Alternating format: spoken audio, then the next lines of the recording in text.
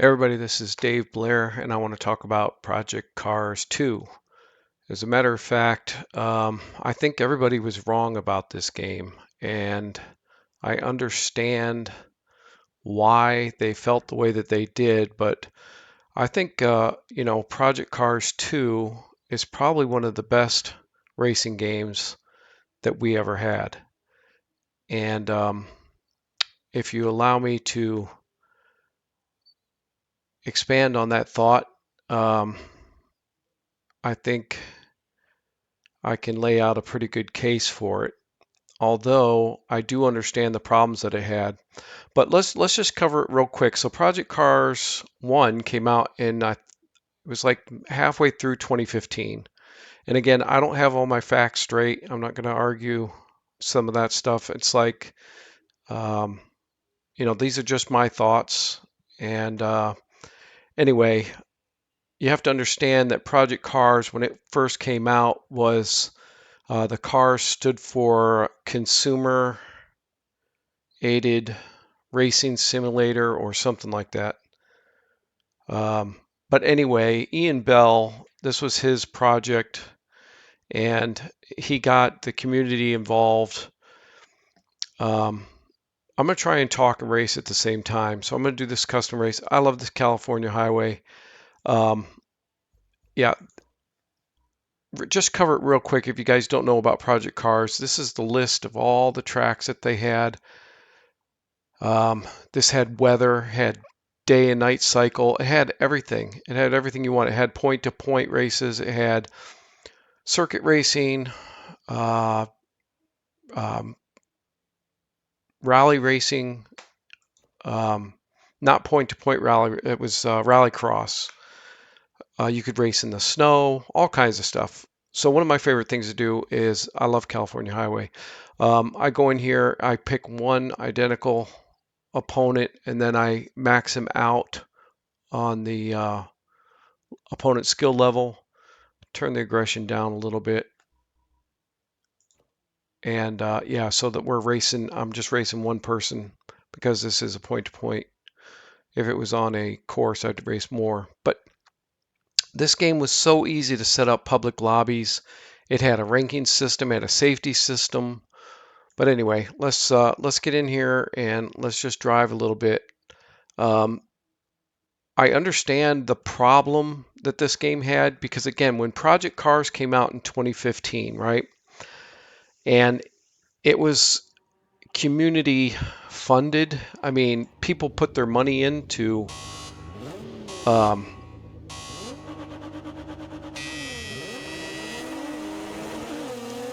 people put their own money in to help fund this game.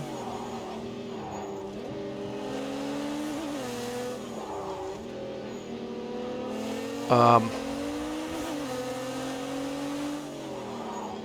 and then, like, it was a year, maybe a year and a half later, they came out with Project Cars 2, which they did improve a lot of things, but this is why I think this game gets such backlash, is because basically, I think what Ian Bell did, was he took people's money and ideas to produce Project Cars, and then like it was a year and a half later he came out with Project Cars 2, which was basically the same game. They just added and fixed some stuff. So what he did was he kind of screwed people out of their investment.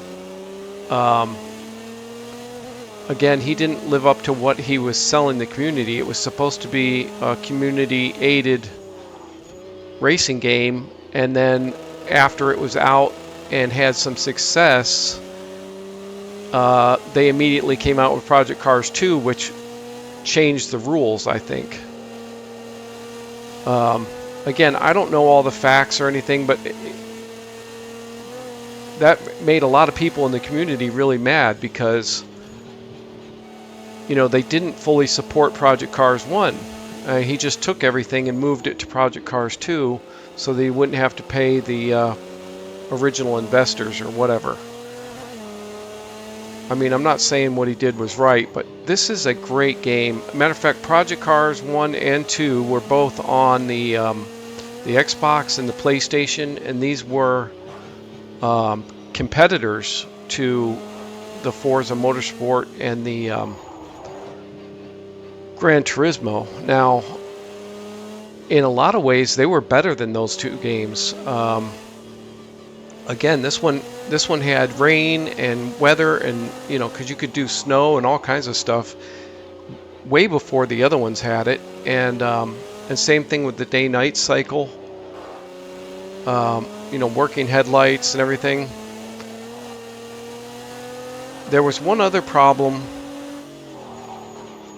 So, and again, this is like, I don't know if I don't really have all my facts straight, but I'm just kind of recalling my memory here. Automobilista 2, they bought the Madness engine.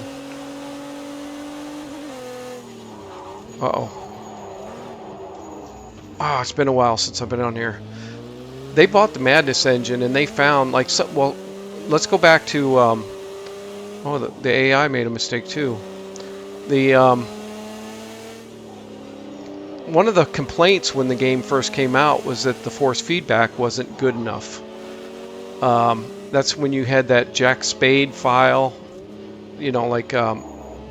people in the community made fixes for it, and you could download this file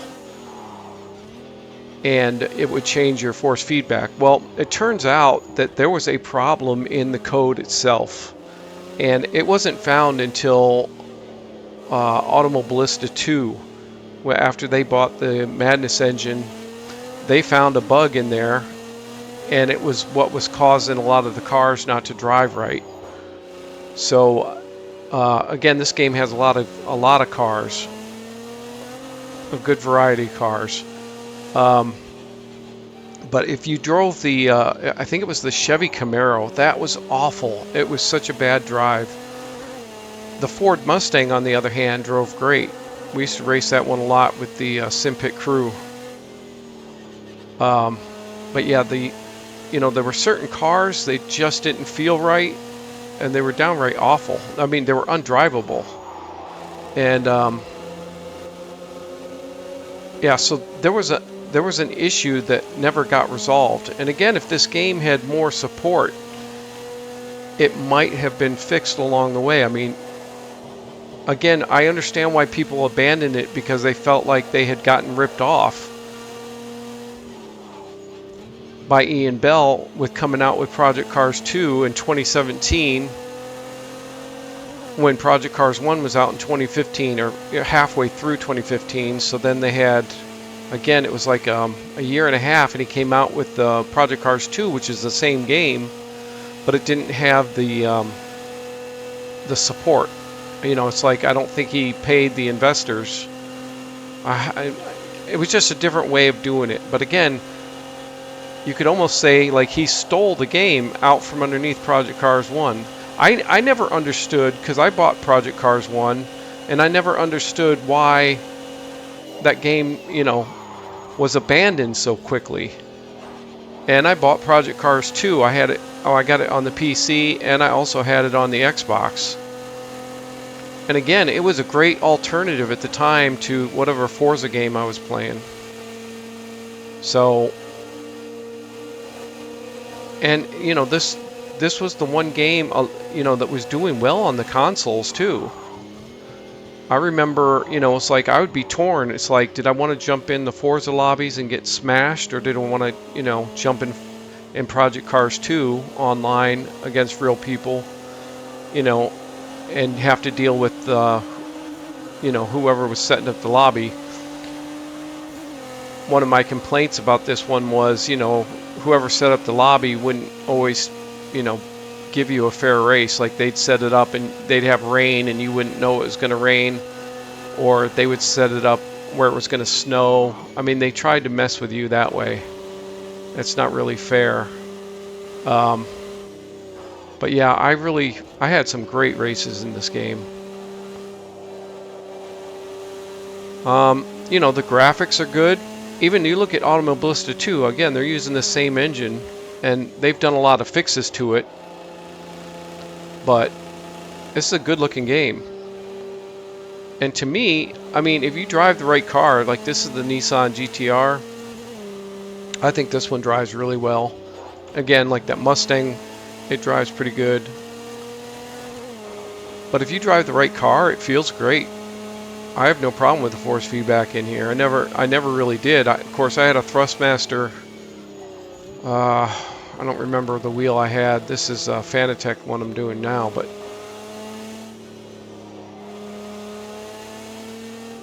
I wish more racing games would have point-to-point races. I really like these.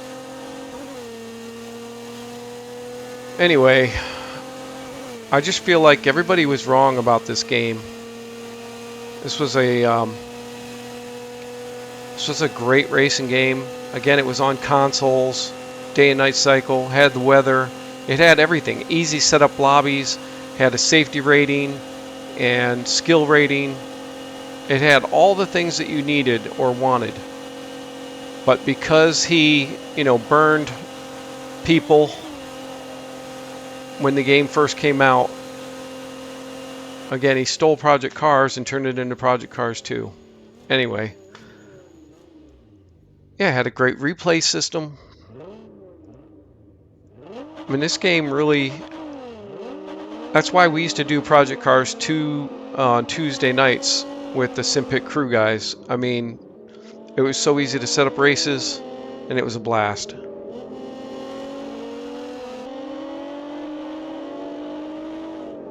I don't even think you can buy this game anymore.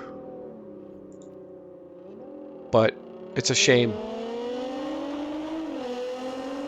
And then Project Cars 3 was just a money grab too.